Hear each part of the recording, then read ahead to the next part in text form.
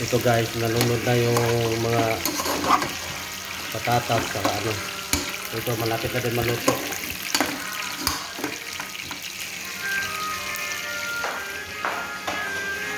Tapos lagyan natin yung patis konti guys.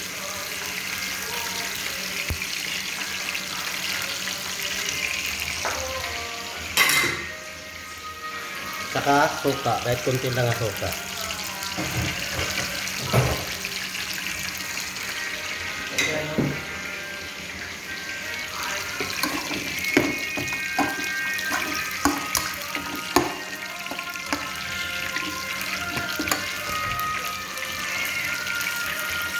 Ito manok, malapit ko din maluto guys.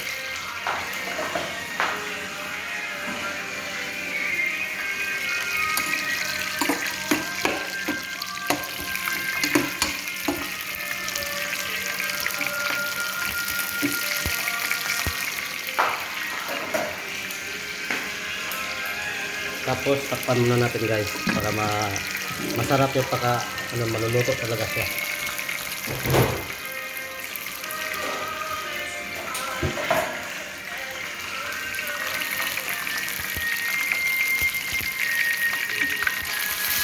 Balikan rin natin para maluto talaga.